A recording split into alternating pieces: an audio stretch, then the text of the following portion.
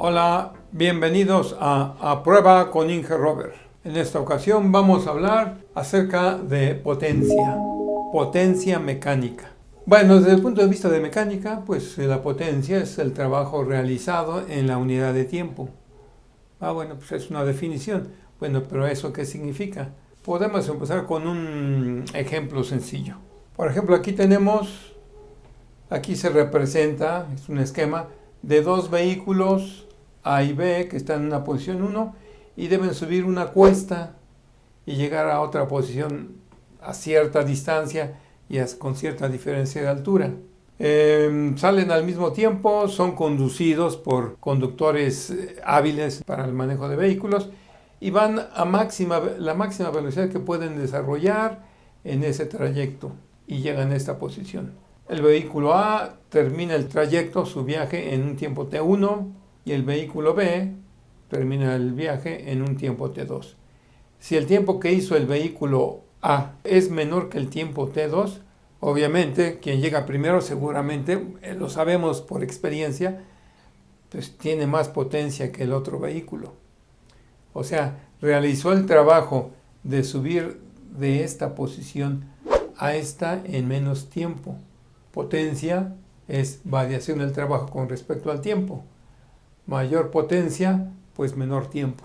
Es decir, si aquí es el mismo trabajo, suponiendo que pesan lo mismo. Es la misma masa de los vehículos con conductor y todo. Es idéntico trayecto.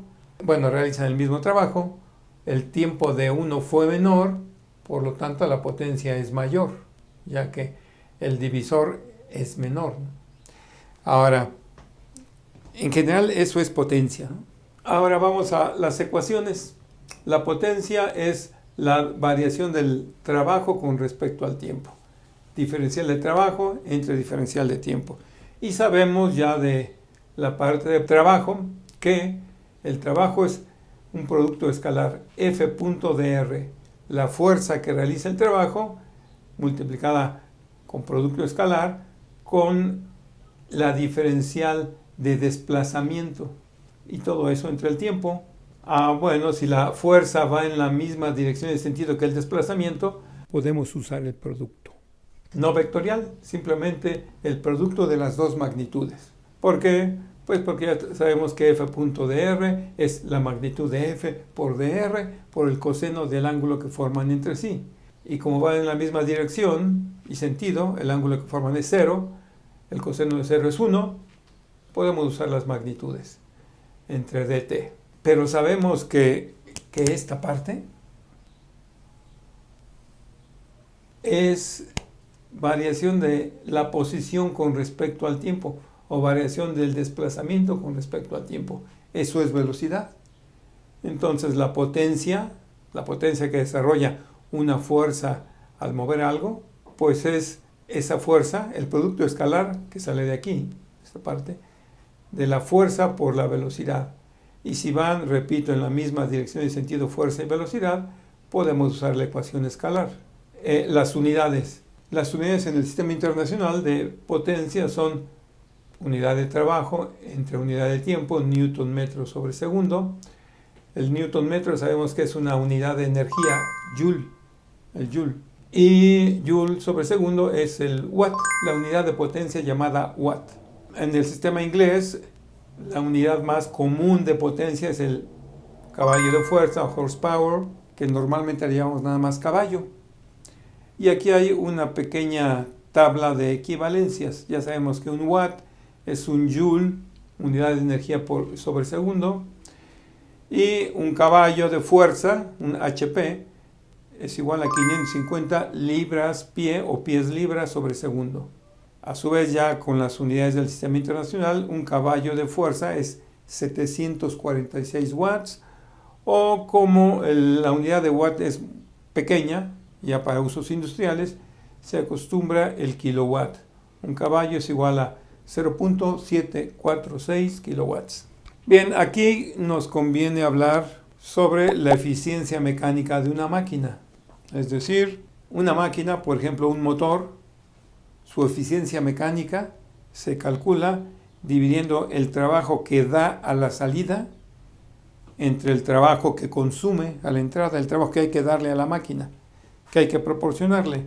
Y como trabajo entre tiempo, bueno, como potencia es trabajo entre la unidad de tiempo, pues podemos usar para la eficiencia mecánica la potencia de salida, la potencia que da a la salida una máquina, entre la potencia que consume para generar esa potencia de salida. Claro que en una máquina real hay que tomar en cuenta no nada más la eficiencia mecánica, la eficiencia eléctrica en el funcionamiento eléctrico de la máquina, por ejemplo, si es un motor, y la potencia calorífica, qué tanta energía se pierde por disipación de calor. Y esto lo podemos constatar en cualquier máquina. Lo más fácil de ver es en un vehículo. Un automóvil de gasolina, pues al estar trabajando, consume energía, consume cierta potencia, cierta energía en la unidad de tiempo. Y esa energía pues la da el combustible al quemarse. Eso es en la entrada, consume cierta energía y da pues una energía siempre menor, porque una buena parte de esa energía se disipa en calor. Ustedes tocan o cerca del motor de un vehículo en funcionamiento y está despidiendo calor por todas partes. Por muy bien aislado que esté, siempre hay muchas pérdidas por calor todavía actualmente. Bueno, entonces esto es, digamos, teoría. Una teoría básica de esta parte de potencia y eficiencia de una máquina, eficiencia mecánica. Ahora vamos con un ejemplo donde usemos algo de esto. Tenemos un bloque, una carga de 800 libras sobre un plano inclinado. Tiene un cable unido que pasa aquí por una polea y al final tiene un motor ese cable, un motor de 6 caballos de potencia, 6 horsepower, y sabemos que el coeficiente de fricción cinético entre el bloque o la carga y el plano inclinado pues es desconocido, pero queremos calcularlo. Y queremos saber también la tensión que soporta el cable para estar moviendo la carga, este bloque, a una velocidad constante de 4 pies sobre segundo. Entonces, los datos que tenemos son, en resumen, el peso de la carga, 800 libras, la potencia del motor, el ángulo del plano inclinado con la horizontal y la velocidad constante a la que está siendo jalada esta carga hacia arriba. Tenemos que hacer siempre, para identificar qué fuerzas hay que tomar en cuenta, el diagrama de cuerpo libre, que aquí está representado en rojo, ¿no? Los vectores en rojo. ¿Cuáles fuerzas? Obviamente el peso, 800 libras, la normal de la superficie de apoyo sobre la carga, la fuerza de fricción que se opone al desplazamiento y que sabemos que es coeficiente cinético por el valor de la normal, y además la fuerza de tensión del cable, que es la tensión generada por la potencia que desarrolla el motor. Bien, aplicamos suma de fuerzas en Y, aquí están indicados los ejes coordenados, convienen estos ejes coordenados en esa dirección y sentido, porque la mayoría de las fuerzas tienen componente nada más en uno de los ejes y resultan ecuaciones más sencillas de resolver, ¿no? Más rápidas. Suma de fuerza en Y es la normal menos una componente del peso, nos da este valor de la fuerza normal.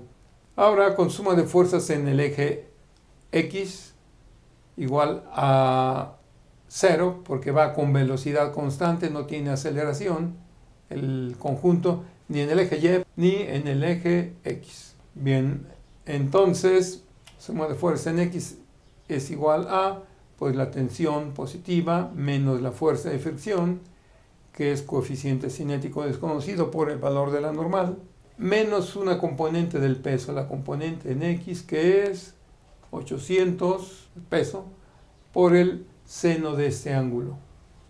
Tenemos ahí la ecuación que resulta de suma de fuerzas en el eje X. Despejando la tensión, tenemos esta ecuación que queda en función del coeficiente cinético de fricción, ecuación 1. Ahora, pues no es suficiente, hay que acudir a la ecuación de potencia. Bueno, que la ecuación la tenemos aquí. La potencia igual a la fuerza por velocidad. La fuerza, que es la tensión, va en el mismo sentido que la velocidad. Entonces podemos usar esta ecuación sin ningún problema. Escalarmente, potencia es igual a fuerza por velocidad. La fuerza es la tensión, es la fuerza generada por la potencia del motor. Entonces, despejando de esta ecuación, pues la fuerza T es igual a la potencia entre la velocidad. La potencia es de 6 caballos. Cada caballo equivale a 550 pies libras sobre segundo. Pues entonces esta es la potencia en estas unidades del sistema inglés entre la velocidad. Y encontramos que la tensión que soporta ese cable que está subiendo esa carga es de 825 libras. Ahora, pues ya teniendo la tensión, despejamos de la ecuación 1 el coeficiente cinético de fricción, que resulta igual a la tensión menos 400 entre este factor. Y resolviendo encontramos que el coeficiente de fricción cinética o coeficiente cinético de fricción entre la caja, la carga que está siendo arrastrada y el plano inclinado es de este valor, 0.613. Ya sabemos que el coeficiente de fricción cinético, al igual que el estático, son adimensionales. Eso sería todo en esta ocasión. Gracias por ver el video. Sígueme en mis redes. Suscríbete a mi canal. A prueba con Inge Robert. Hasta la vista.